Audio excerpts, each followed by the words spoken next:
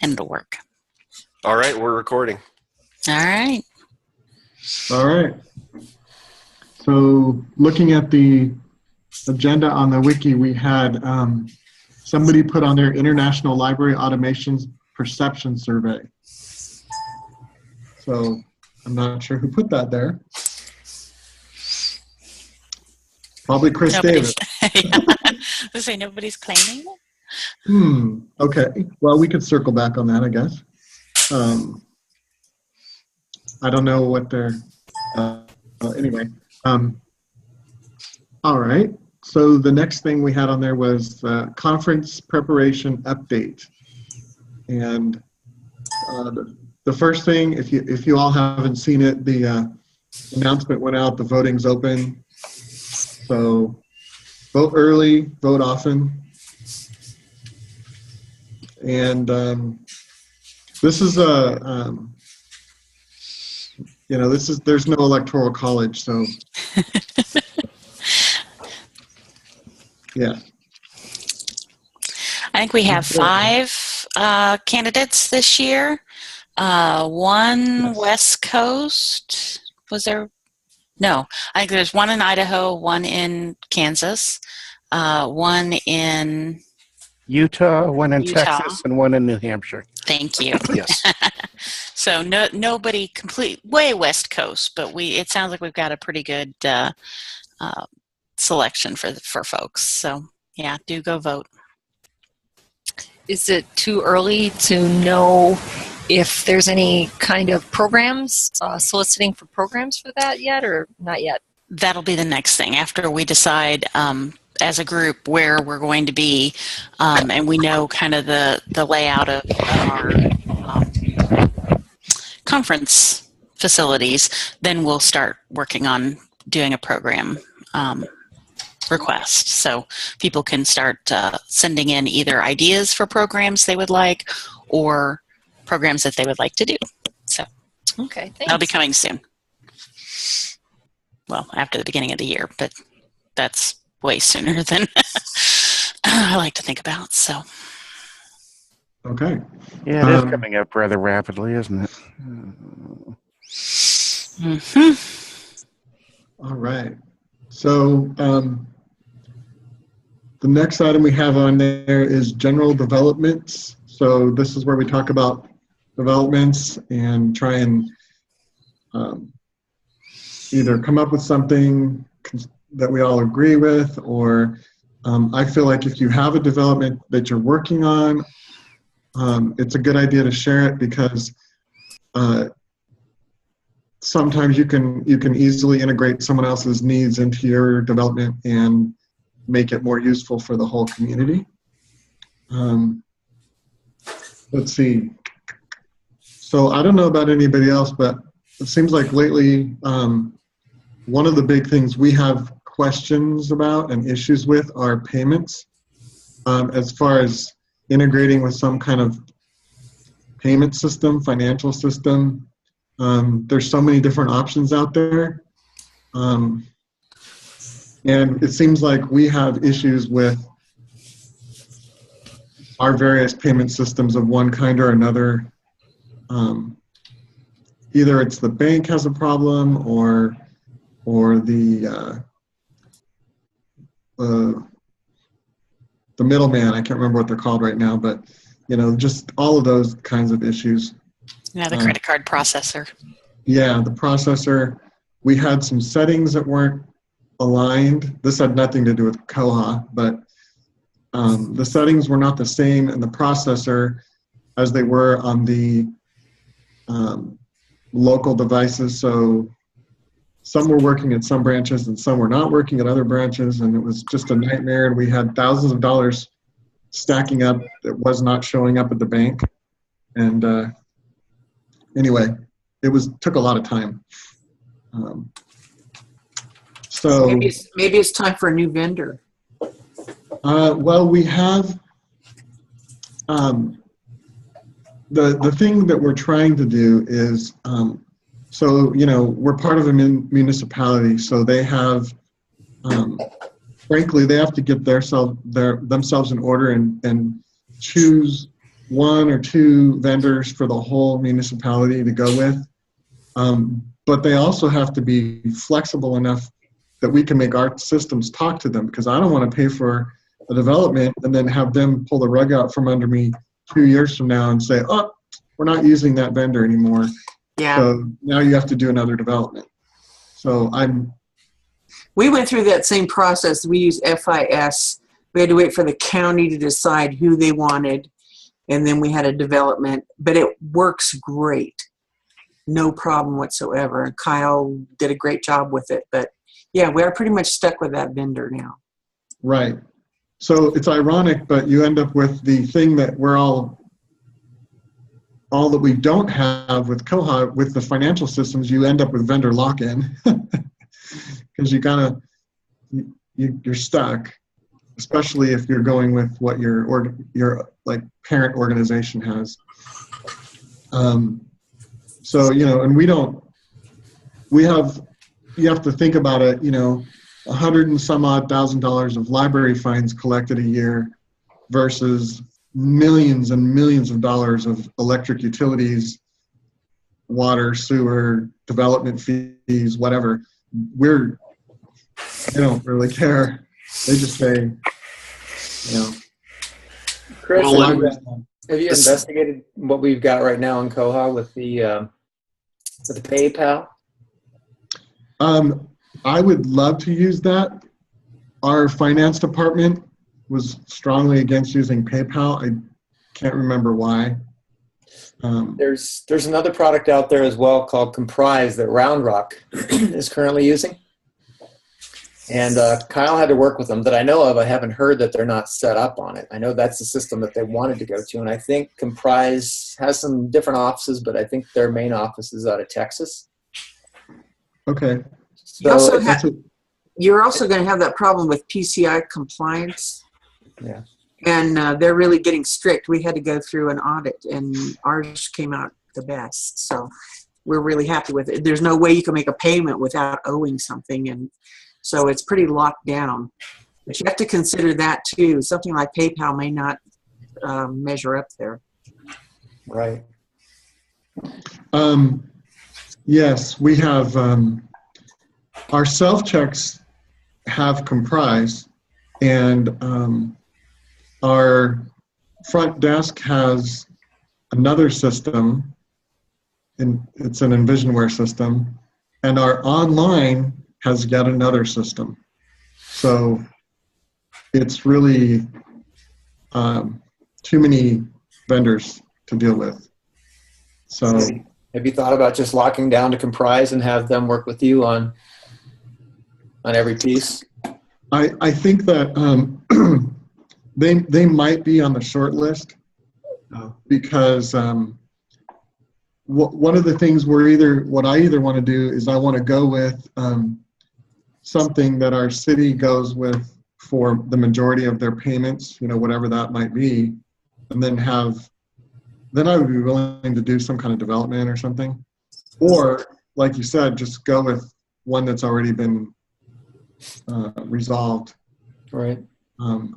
And I want a long-term solution because, when we have to keep going in and redoing something,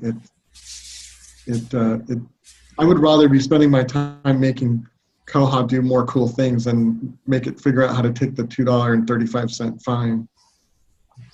Yeah, does anybody else? I want to stop charging fines, but hey, completely.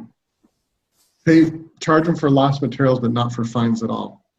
We have some libraries that do that in Nichols, but not all of them.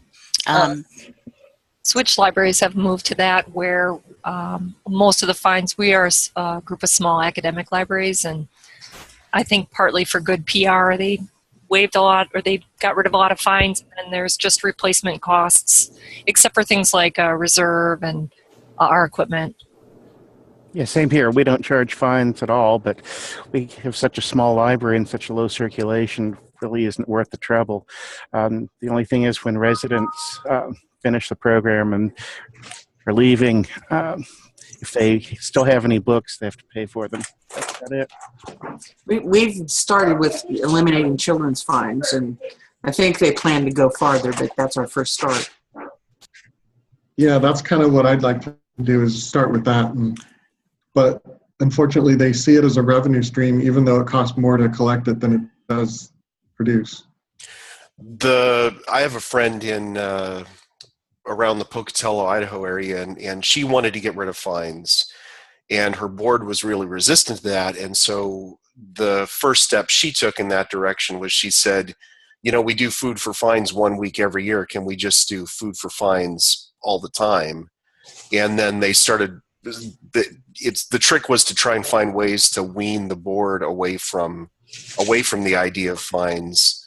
And so that was one strategy. And then I think they eliminated children's fines until they got to the point now where they just don't take any fines at all. So the trick is to find a way to wean the board away from it. If the board or your overlords are insistent on keeping the revenue stream, find ways to show them that it's not worth the time. So Yeah, how many libraries actually make a profit by collecting fines? Is it, if you can show that it's not cost effective, you could probably convince the board.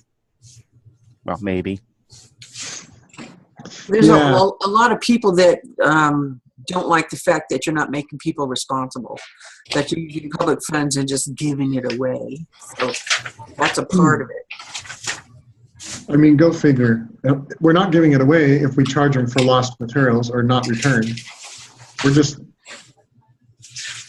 trying to save the taxpayer money by not spending it to collect fines. But anyway, now it's philosophical.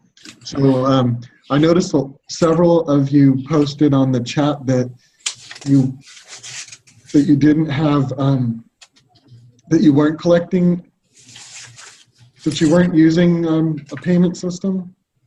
So it seems like if there was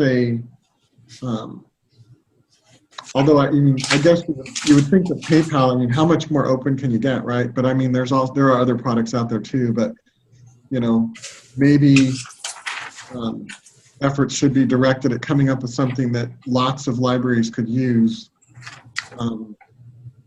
And one of my things that I was thinking was, if we had a way of, I don't know if this is technically possible, but you know how like the enhanced content works, where you just pop in your vendor's information into Koha and then your enhanced content shows up. We have Novelist. If you had something like that for a payment system, then it wouldn't matter which payment vendor you went with as an individual library. You could just put your information in there and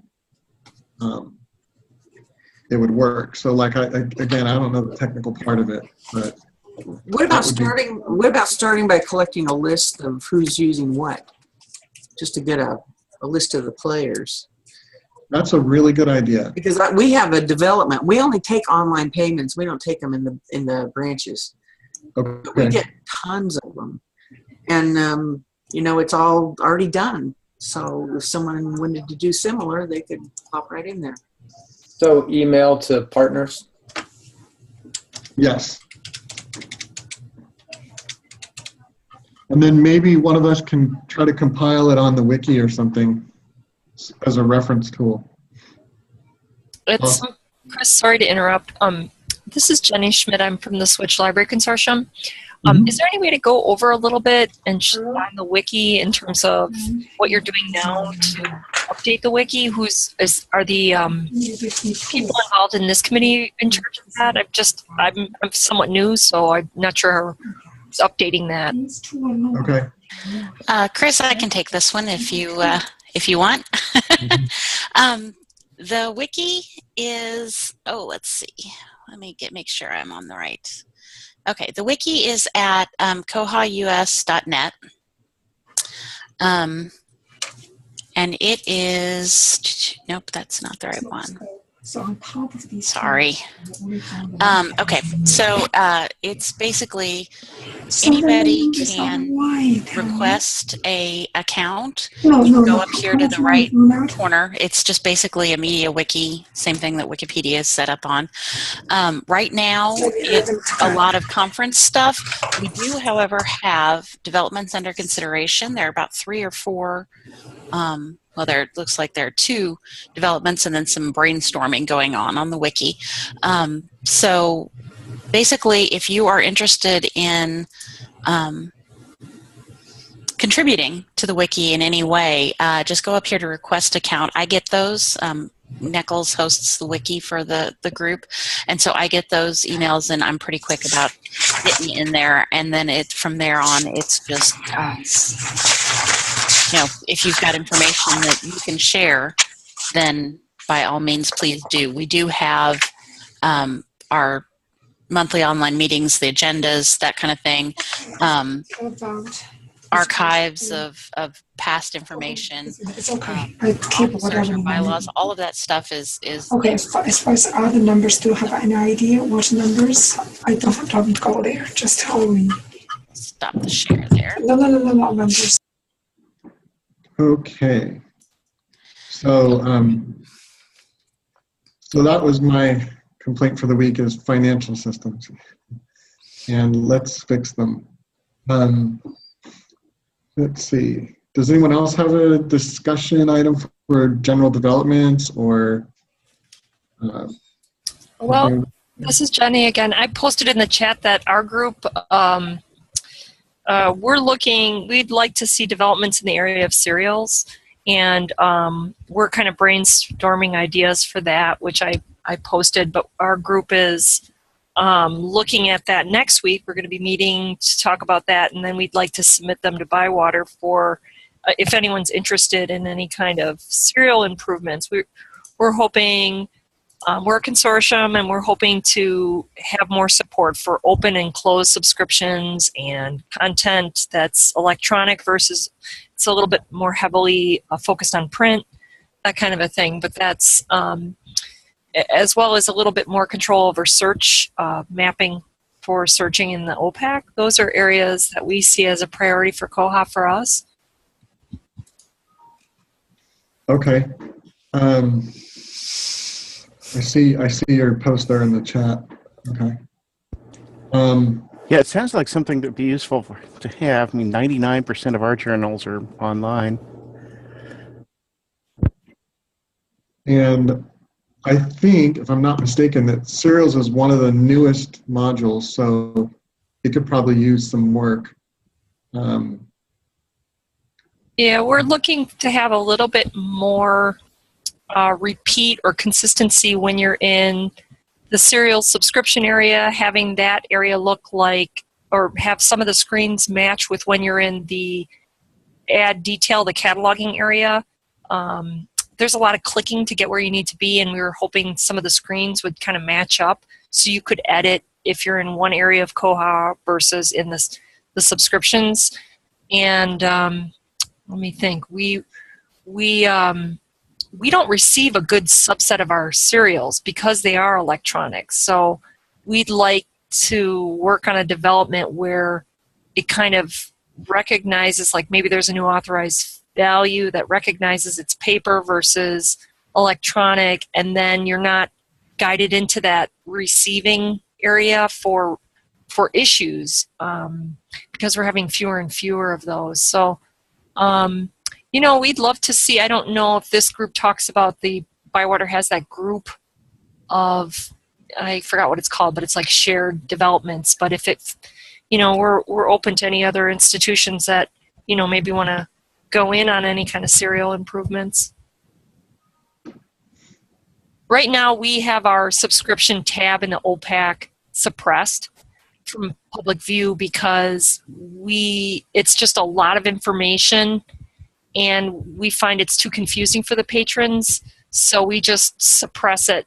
And that's another area we like how it looks for the full subscription history, but the default, if you're in a consortium, it's this huge scrolling it's a lot of information, and patrons aren't sure what they're looking at. So we've kind of we've selected to suppress that for the time being. Does your consortium have funds set aside for development? Yes, we do. Okay. That's, Yeah, we every year. I mean, we're pretty new. We're on the system a year, and we go through our budget process right about now. So I'm working on the budget for next year, and we ask to set aside a certain amount each year. So we have money for the current fiscal year, and then I will request money for next year as well. I think that's important. Yeah. Well, yeah, that's key. I mean, yeah, it's important to participate in the other parts of the community, but if you have a development that you really need, having the funding is step one. And I would suggest maybe sending out an email to the koha-US list, asking if anybody else is interested in kind of gathering some interest that way. And then you can, once you have a core group of folks who might be interested in joining with you, you can move it to the wiki and make it a little bit more permanent and kind of put the process that you're going through there. But that I'd probably start with the mailing list. Oh, I didn't know if that was appropriate to put out, but Oh, yes. Mm-hmm. One of the core functions of this group actually is to get developments going. We became a nonprofit specifically so people could donate to us to help pay for developments. Right at the moment, we've received $10, but at some point, it's very new. It was just last month, I think, that we became a nonprofit. But if you yeah, it's absolutely appropriate to talk about developments and ask for collaborators on the mailing list. Mm-hmm. And with that being said, I'm going to be leaving here in a couple of minutes. So, Right. Thank you, Robin. Too, if for some reason it's not going to work for your organization, if it's donating the money and putting into koha-US, Bywater will work with you.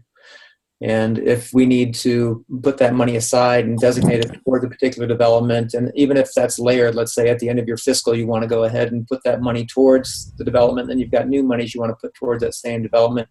You're not getting a lot of input from other Koha users and members of the community. That's another way that you can do it as well.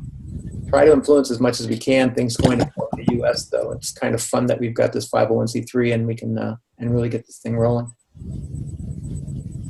Yeah, I just looked at the wiki. I didn't see a donate button. Can somebody set up one with PayPal? That's a good question. We should put that, we should discuss that. I have never done that before myself. And of course, Robin just dropped out because she's the one who has the checking account and all of that information. But I will send her a note that says, hey, Robin, what about PayPal? I can't speak exactly for Robin, but if that's something we want to add to the wiki, I'm pretty sure that Robin knows how to do that. So, okay. I think I'm pretty sure that the main Koha site, the Koha community, has a donate button, because I think I donated to it. Okay. Let's see what else. So there have been some. Well, is there any more general developments that anybody wants to talk about? Okay. I think I hear Joel's voice, but it's so low that I don't know what he said. Too loud? Oh, there you are. Okay. We just noticed a bug with the local holds preference. We use a static holds queue to do holds picks, and we're seeing that the home library, the owning branch, and the branch at the top of the static holds queue, the hold will appear on both of their pick lists simultaneously. So I'm just getting documentation ready to put that on the Bywater site as a bug. Can you say that again? I didn't quite follow it. In the Okay. holds queue? Yeah, we're using the local holds preference. So if whatever library the patron belongs to, they will get that library's copy of an item before it goes out into the rest of the system to fill other libraries' holds. So, for example, we have we also use a static holds queue. One of our largest libraries is at the top of that. But we find that if it's the local hold will show up on the local library's holds queue and that library at the top of the static holds queue at the same time. So it's generating confusion because one library will go and pick the item and then scan it, and then it will say it's already been filled by another library or whatever. It just I'm just curious if anybody else has noticed it. I've got the documentation I'm going to put on the Bywater RT ticket. Switch doesn't have that local holds priority set. We don't Okay. get priority. I'm just throwing that out there. Which version are you on, Joel? Yeah, I was just going to ask that too. We're on 322.8. And local holds was backported to us. I think you may be on a higher version, George.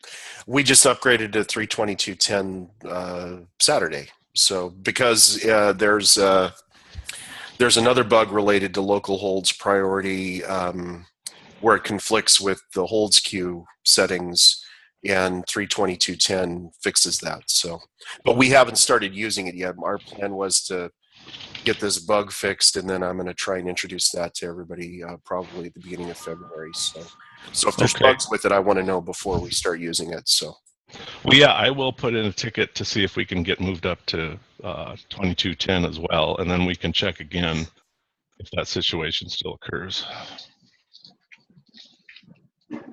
Thanks, Joel. No problem. Anybody else? Okay. I do have a question and sort of commercial. So there have been a couple summits, Koha summits. One on the East Coast, one's coming in Texas, and I'm working with Bywater to put one together here on the west part of the country. And we're looking at spring. It's more for libraries that don't have Koha, but of course, other libraries are invited. So there's no really more details than that yet, but you could always go look at those other summits to get an idea of what it's going to be like. It's not a Koha conference, it's more of a here's open source and here's how we use it in different libraries, and come and drink the Kool-Aid and become one of us. So that's really what I'm looking for. That sounds good, because I was afraid it might turn into, a competition for our group. So no, that's good. No, it's not. It's not meant for. The only reason I can see another library who already has Koha to come is if they want to present. And they're presenting to people who don't have it, not presenting to people who do have it or have already decided to. I mean, that's my version or view of it. It's more trying to give people who don't have Koha or don't understand open source a view of what it's like once you've gone over to that model, and to be as open or forthright, open as possible, so they know the good and the bad. And anyway, so I just thought I would throw that out there, partly because if someone heard about it, I didn't want them to think it was a Koha Con alt or something like that. It's not to compete with koha-US or KohaCon or anything. It's purely a summit, and it is, as Chris says, it's just pretty much just to draw local people in to take a look. There's still a lot of folks that have misunderstandings in regards to open source, what that entails, and having to beef up the having to beef up their staff so that they can take care of it. The proprietary vendors still like to go in, and I'm sure you guys wouldn't be. I'm sure you wouldn't be surprised to hear some of the tactics that they use when people inquire about Koha, how they can scare them, and they're very easily scared. So we have to work doubly hard to try to to fight that information that they're using to dispel some of these people. So so that's what it's all about. Yeah. I think it's a great idea. A lot of, I'd like to see more, small hospital libraries use Koha, because it's relatively easy to install and use. Of course, we're competing with Library Thing, which is better for a lot of places. But in the last couple of weeks, I've been trying to compose a poem. Yeah, you know my poetry.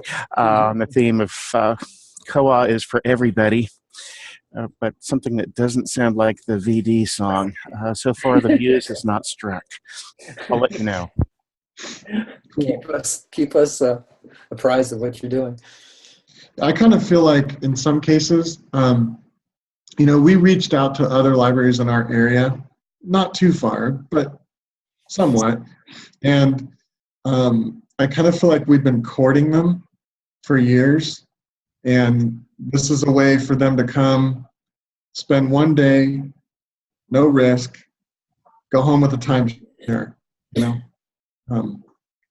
I just want them to see that it's working in a because I want to have it at our busiest library, so I want them to see it working at our busiest library when it's absolutely insane after Mother Goose on the Loose. And I want them to see it working with our automation system, and I want them to see it working just a normal day at the library.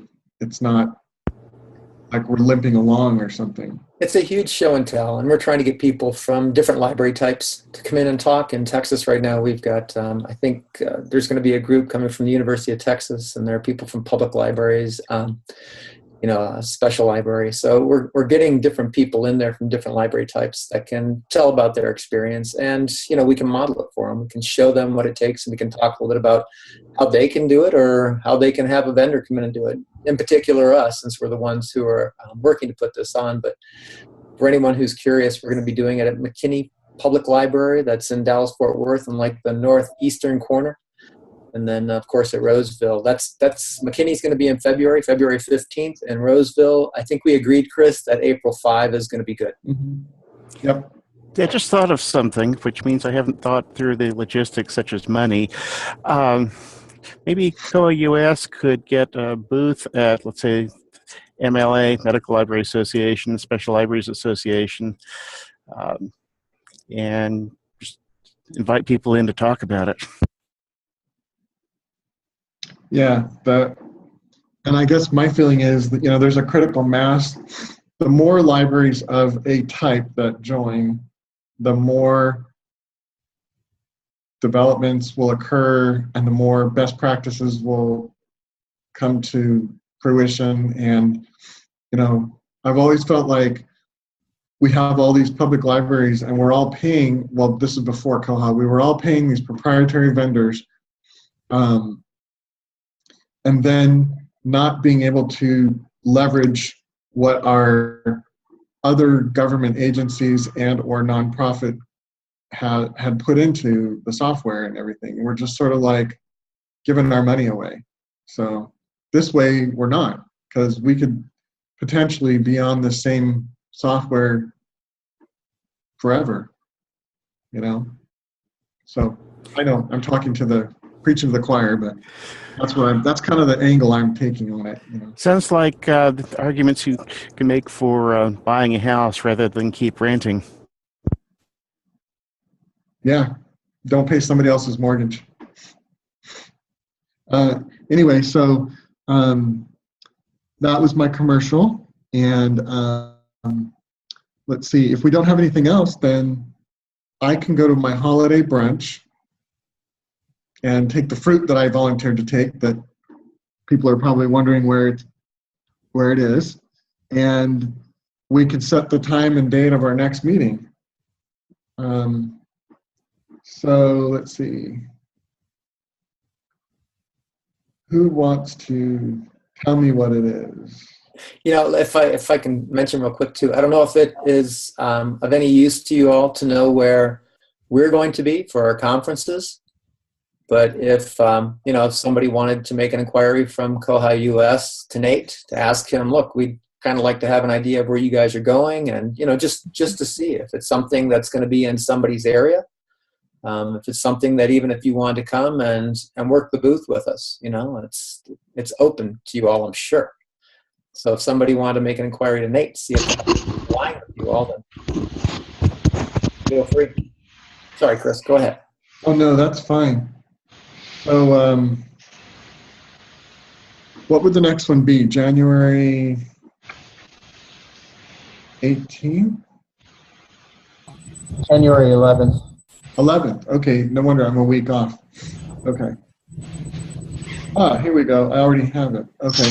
So we're looking at January 11th at 8:30 Pacific, and whatever time you are, wherever you are. I'm sorry, I thought it was at 11 o'clock Central, so that's why I'm a half hour late. Ah. Even though Okay. I'm the one who made the announcement that said it's at 10:30 Central. I'm sorry. That's fine. I've done that. But Yeah, me too. In fact, but last time I forgot completely, but I have on my Outlook calendar 3 times for each meeting now. A good lucky you, because when I do it and it's on East Coast time, it's like we did that 3 hours ago, and I'm like, oh, sorry. All right. Well, George recorded it, so you can get the recording from him because YouTube doesn't like me. Oh, okay. I'll send it however Robin sends it. Does she normally send you, upload it to YouTube and let you watch it that way? Yeah, she uploads it to YouTube and then just sends me the link, the YouTube link, and then I Okay. can also link that to the wiki. So Okay. Good. I'll also, as far as Zoom goes, I'll make sure either Robin probably already has January 11th scheduled, but if she doesn't, I'll make sure it's on the schedule for the room. Thank you. Okay.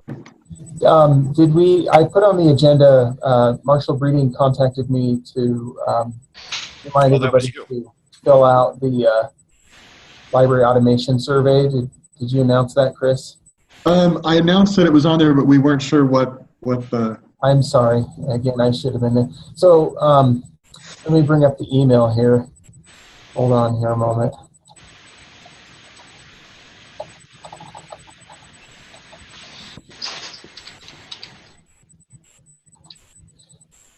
So he says, would it be possible for you to suggest to the attendees of the U.S. KOHA meeting that they respond to the International Library Automation Perceptions Survey if they haven't already? I will put the link to that in the chat box. And then you can go and do that. Okay.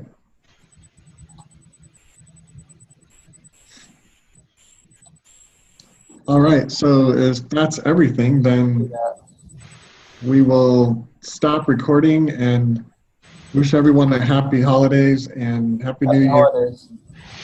We'll see you all next time. Happy holidays. Happy Joyous holidays. winter holiday of your choice. Happy holidays. Happy Festivus. See y'all later. Bye. Bye.